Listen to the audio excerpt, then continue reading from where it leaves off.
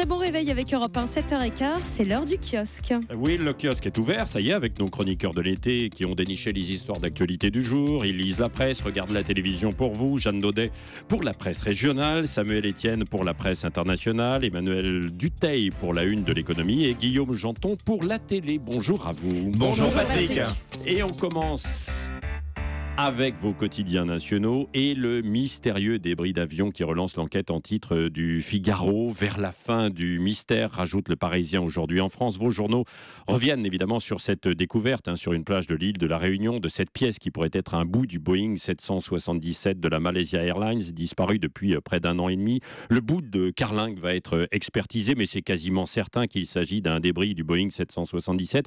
Plusieurs points vont dans ce sens. D'abord, c'est une lente dérive des courants marins qui a transporté sans doute cette pièce depuis l'océan Indien, comme l'expliquent des spécialistes dans le Parisien. Ça correspond bien à cette durée, 15 mois pour parcourir le trajet de près de 5000 km. Et deuxième point expliqué dans le journal, cette enquête parallèle des internautes. Ils ont regardé à la loupe la pièce, le flaperon, et grâce à des schémas, ils l'ont comparé avec le flaperon qui équipe les Boeing 777.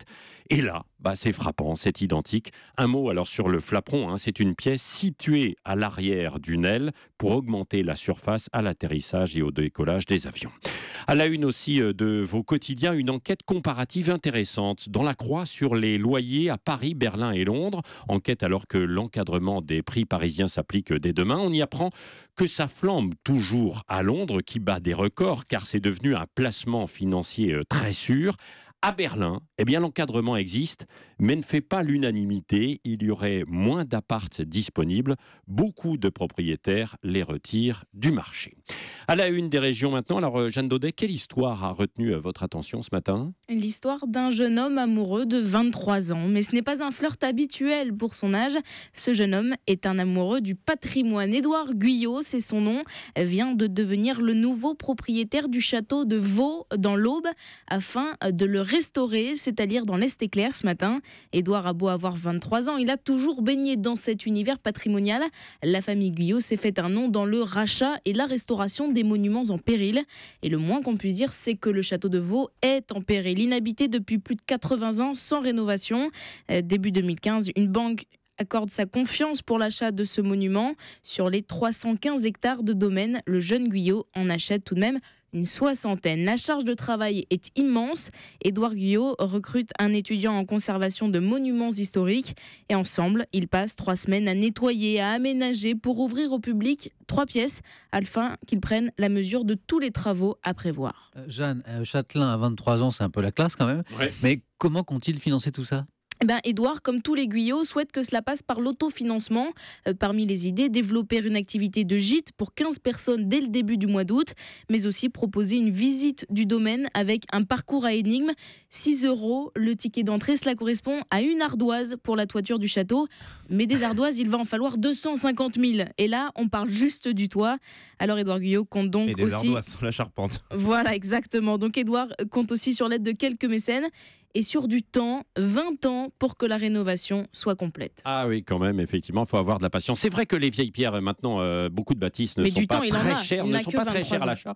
Mais alors après, ça coûte, ça coûte bonbon pour pouvoir les entretenir. Voilà. La presse internationale avec vous, Samuel Etienne, vous achèterez votre château plus tard. Pourtant, j'ai largement passé l'âge. Dans le South China Morning Post, quotidien basé à Hong Kong, que tout le monde ici dévore tous les matins, bien sûr, un article sur cet étonnant girls band japonais. D'ailleurs, dit-on girls band ou dit-on boys band de filles? Je me demandais girls ce band, matin. ça se dit. Girls band, girls band. Bon, les filles votent girls band. Donc girls band. Merci. Les garçons. Vous savez qu'avec ce... Guillaume, oui, non, mais Guillaume, je ne me permettrai pas. Non, mais... Ou Jeanne a une voix très grave, je ne sais pas. Alors, vous savez qu'avec ce genre de groupe, on s'attend à des paroles dont l'intelligence est inversement proportionnelle à la complexité des chorégraphies. Eh bien là, exception, car ce groupe, les Seifuku Kojo Linkai, qu'on appelle aussi les Skies, ce qui m'arrange bien parce que mon japonais est un petit peu rouillé, ce groupe est étonnamment militant, avec des chansons, Patrick, extrêmement politiques. La preuve avec cet extrait.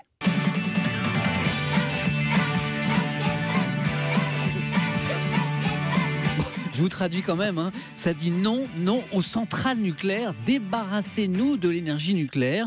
Et ce alors que le gouvernement japonais prévoit de faire redémarrer ses réacteurs nucléaires le mois prochain pour la première fois depuis la catastrophe de Fukushima. Et Sky, le groupe, n'en veut pas de ce redémarrage. Ouais, j'ai l'impression qu'ils l'ont mis en accéléré quand même. Non, c'est très surprenant quand même ce genre de déclaration au Japon où le franc-parler est parfois très mal vu. C'est vrai, Patrick. D'autant plus surprenant d'entendre ce genre de discours dans la bouche de ces jeunes filles avec leurs couettes et leurs habits de collégiennes.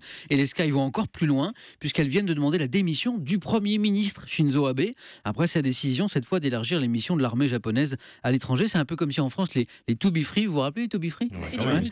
Avait à l'époque demandé la démission par exemple de Jacques Chirac et d'Alain Juppé. Alors on leur aurait sans doute dit mais de quoi je me mêle ? Voilà. Et bien quand on demande aux Sky si c'est leur rôle de prendre position dans le débat politique, elles répondent que quand quelque chose est mauvais, il est mauvais et vous avez le droit de le dire que vous soyez un adulte, un enfant ou un girls band. Ça va peut-être faire des émules, qui sait, effectivement, après, ailleurs. Merci Samuel Etienne.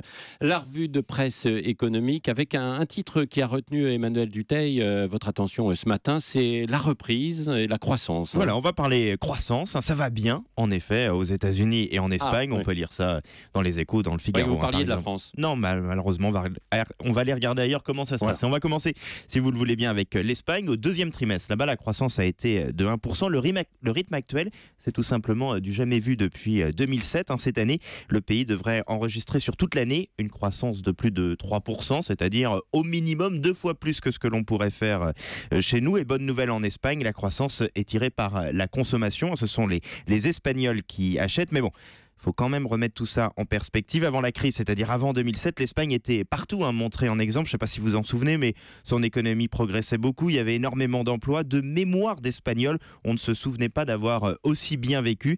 Mais depuis 2007 et l'explosion de la bulle immobilière, c'est tout simplement à l'inverse. Les Espagnols ont été frappés par une austérité très forte. Plus de 22% de la population est toujours sans emploi en Espagne. Alors, même si ça va mieux en ce moment, le pays est encore très loin d'avoir retrouvé ses niveaux d'avant-crise. On ne l'imagine pas en France, mais l'Espagne est aujourd'hui moins riche qu'en 2007. On assiste donc quand même principalement à un rattrapage. Oui, alors rattrapage en Espagne et coup d'accélérateur aux États-Unis. Ouais, là, ça va vraiment bien. Chez nos amis américains, la croissance est très vive. Elle est dopée comme en Espagne par la consommation.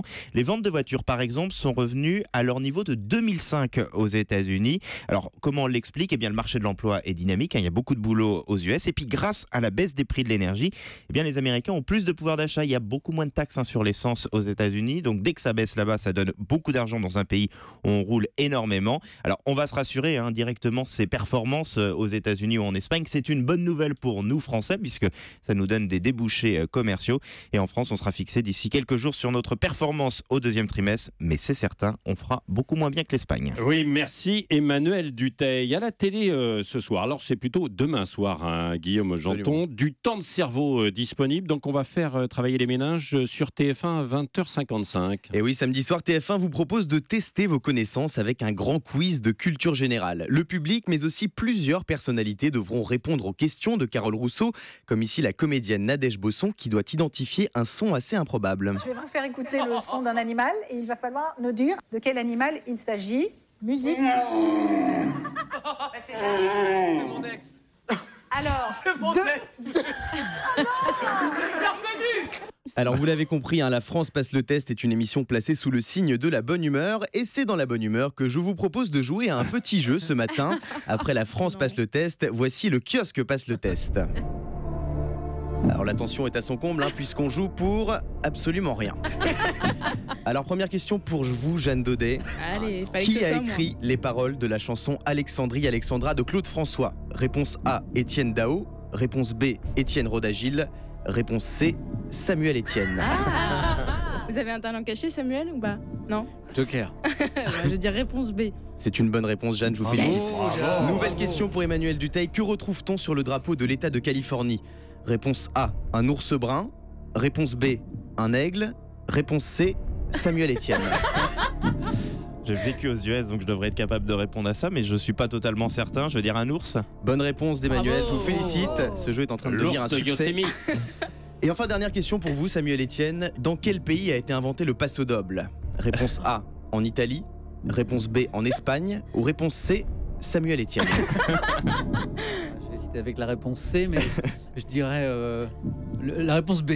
Alors écoutez la réponse, c'est Chris Marquez, l'un des invités du Grand Est qui nous la donne. En tout cas, une chose est sûre, c'est une danse traditionnelle puisqu'il le répète à peu près 7 fois en 4 secondes. Le paso doble, c'est une danse traditionnelle espagnole et traditionnellement, on y mélange en fait tous les styles de danse traditionnelle espagnole.